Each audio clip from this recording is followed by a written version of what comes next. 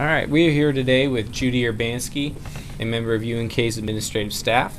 Today I'm going to be asking you the question, what your feelings are on the mentality of if you ain't cheating, you ain't trying. Do you believe that this question more or less is part of the formal or informal side of sports, formal being the high school, collegiate, and professional level, and the informal being more of the pickup or, intramural or those kind of sports, backyard play, so to speak? I believe the attitude if you ain't cheating, you ain't trying probably persists or prevails or can be found in all levels that you just asked me about, because I feel that while you can have a coach or a team member or somebody pushing an individual to apply that concept, it's a concept that ultimately is individual. Okay, so you would say that this mentality basically falls more on the individual, not necessarily the organization or the people that are in authority, so to speak. Well, as a person in authority, they can have that mentality and push and instruct and influence people under them to try and, But ultimately, it's the individual. Well, you can have somebody trying to influence the individual to ultimately play or behave in that context until they are flagged, but it is, and people in those positions can be of great influence, but again, it all comes down to, do you have enough backbone to stand up to that individual, or do you take it to the absolute limit where you feel comfortable? Do you need to make your own decisions, or are you just merely a puppet who follows? Okay.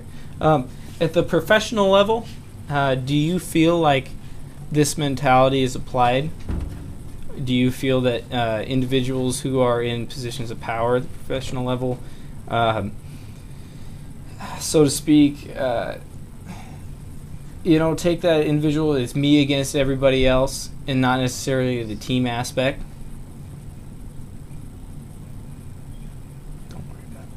I'm not sure if I understand your question, but if I'm applying it to your first phrase of if you ain't cheating, you ain't trying, I think we all have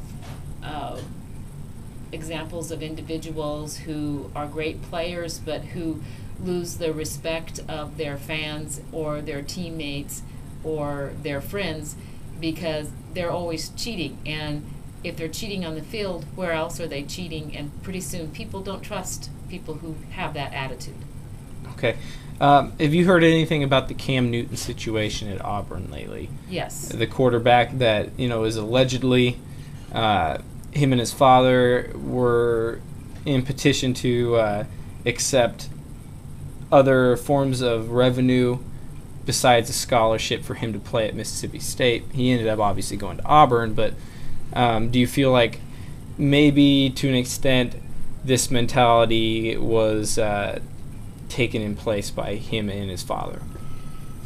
Cam Newton did come out about it. He talked about it. He exposed it.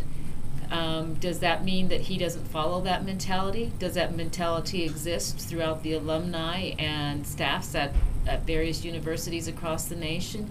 Yes, because sports are big revenues for these universities. These are particularly hard financial times, so if they can pull a star into their program, they can make more revenue. So it happens, and that's why the NCAA is investigating it. As far as Cam Newton's integrity, it throws a shadow on it. It throws big shadows on the program that he pointed the finger at.